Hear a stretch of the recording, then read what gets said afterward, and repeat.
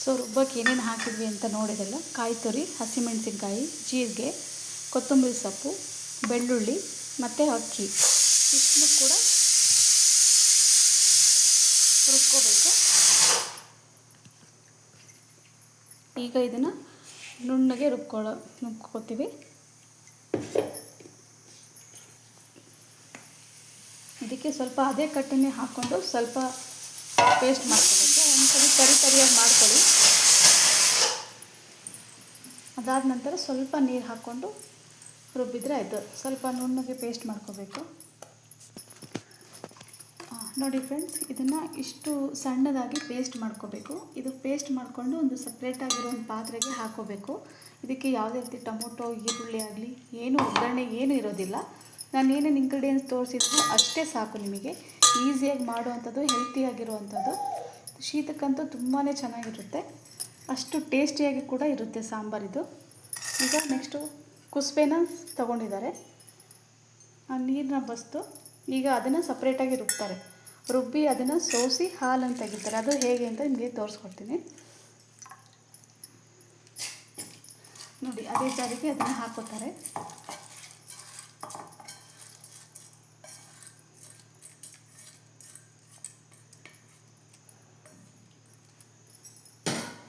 ಅದನ್ನು ಕೂಡ ಈಗ ನುಣ್ಣಗೆ ರುಬ್ಕೊಡ್ತಾರೆ.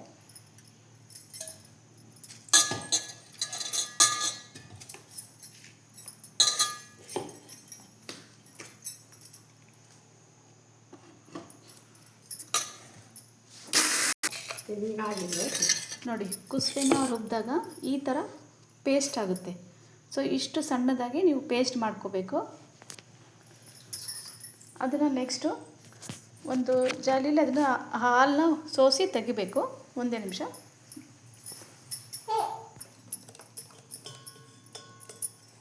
ಸೊ ಇದನ್ನು ಒಂದು ಪಾತ್ರೆಗೆ ಹಾಕ್ಕೊಂಡಾದ ನಂತರ ಇದಕ್ಕೆ ಒಂದು ಸ್ವಲ್ಪ ನೀರನ್ನ ಮಿಕ್ಸ್ ಮಾಡಿಕೊಂಡು ತೆಳ್ಳಗೆ ಮಾಡ್ಕೋಬೇಕು. ಅದನ್ನು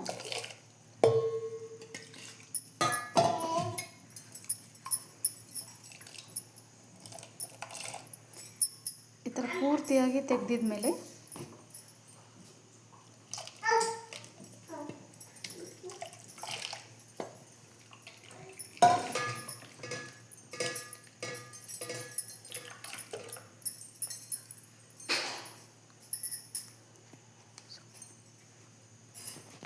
ನೋಡಿ, ನೀರು ಹಾಕಿದಾಗ ಈ ಥರ ತುಂಬ ತೆಳ್ಳಗೆ ಫುಲ್ ಇಷ್ಟು ನೀರು ಮೀಡಿಯಮಾಗಿ ಇಷ್ಟು ಮಾಡ್ಕೋಬೇಕು. ತೀರಾ ಗಟ್ಟಿನೂ ಅಲ್ಲ, ತೀರಾ ತೆಳ್ಳಗೂ ಅಲ್ಲ. ಒಂದು ಅಂದಾಜಿಗಷ್ಟು ನೀರು ಹಾಕ್ಕೊಂಡು ಅದನ್ನು ಈಗ ಸೋಸ್ಕೋಬೇಕು. ಸೋಸಿದಾಗ ನಿಮಗೆ ಅದು ಹೇಗೆ ಬರುತ್ತೆ ಅಂತ ತೋರಿಸ್ತೀನಿ ನೋಡಿ. ಕುಸುಬೆನ ಅದರಲ್ಲಿ ಬರುವಂಥ ಹಾಲನ್ನು ತೆಗಿಬೇಕು ನೀವು.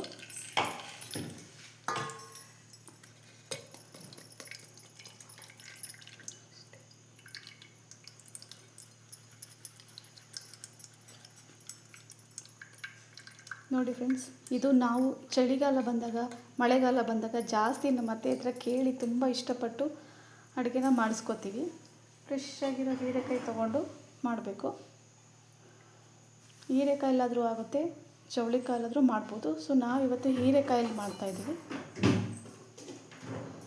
ನಮ್ಮ ಯಜಮಾನ್ರಿಗಂತೂ ಈ ಸಾಂಬಾರು ತುಂಬಾ ಇಷ್ಟ.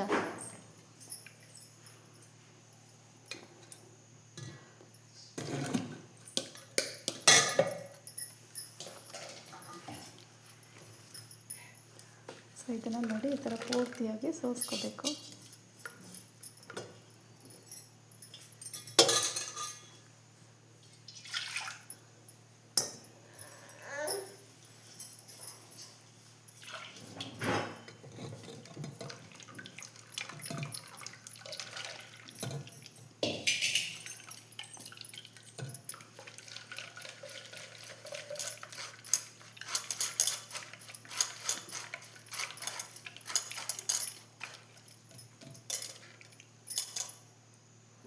ನೋಡಿ, ಈ ಥರ ಮೇಲೆ ಬರೋ ಸಿಪ್ಪೆನ ಅದನ್ನು ತೆಗಿಬೇಕು. ಅದರಿಂದ ಬರೋ ಹಾಲನ್ನು ಮಾತ್ರ ತಗೋಬೇಕು. ನೀವು ಅಂಗಡಿಗಳೆಲ್ಲ, ಈ ದಿನಸಿ ಅಂಗಡಿಗಳಲ್ಲಿ ಎಲ್ಲ ಕಡೆಗೂ ಕುಸುಬೆ ಕೊಡಿ ಅಂದರೆ ಕೇಳಿದರೆ ಕೊಡ್ತಾರೆ, ಸಿಗುತ್ತೆ. ಯಾಕಂದರೆ ಎಸ್ಪೆಷಲಿ ಹಳ್ಳಿ ಕಡೆ ಜಾಸ್ತಿ ಇದು ತುಂಬ ಮಾಡುವಂಥ ಸಾಂಬಾರು. ಈ ಸಿಟಿಲೆಲ್ಲ ಜಾಸ್ತಿ ಇದೆಲ್ಲ ಮಾಡಲಿಕ್ಕೆ ಹೋಗೋದಿಲ್ಲ. ಹಳ್ಳಿ ಕಡೆ ಅಂದರೆ ಅವಾಗಿಂದನೂ ಸಹಜ ಮಾಡೋದು, ತುಂಬ ಇಷ್ಟಪಟ್ಟು ತಿನ್ನುವಂಥ ಅಡುಗೆ. ಸೊ ಕೆಲವ್ರಿಗೆ ಗೊತ್ತಿರುತ್ತೆ, ಕೆಲವ್ರಿಗೆ ಗೊತ್ತಿರಲ್ಲ. ನಮ್ಮ ಮನೆಯಲ್ಲಂತೂ ಯಾವಾಗಲೂ ಮಾಡ್ತಾ ಇರ್ತೀವಿ. ಸೊ ಹಾಗಾಗಿ ಹೊಸ ರೆಸಿಪಿ ಅಂತ ನಿಮಗೆ ತೋರಿಸ್ತಾ ಇದ್ದೀನಿ.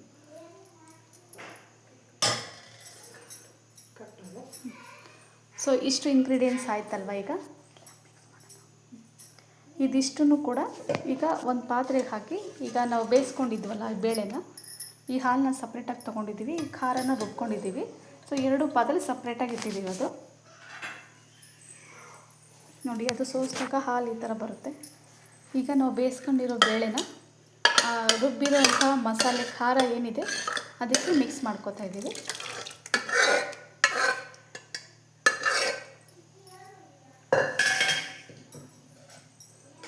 ಸೊ ನೆಕ್ಸ್ಟು ನಾವು ಹೀರೆಕಾಯಿನ ಬೇಯಿಸ್ಕೊಂಡಿದ್ದೀವಲ್ಲ, ಆ ಕಾಯಿನೂ ಕೂಡ ಇದಕ್ಕೆ ಹಾಕೋತಾ ಇದ್ದೀವಿ.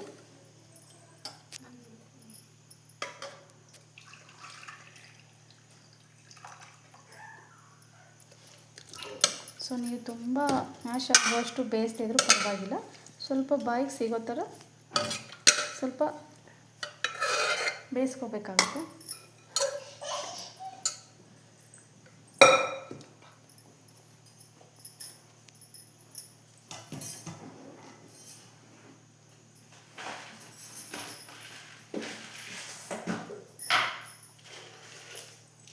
ಈಗ ರುಚಿಗೆ ತಕ್ಕಷ್ಟು ಉಪ್ಪನ್ನು ಹಾಕ್ತಾಯಿದ್ದಾರೆ.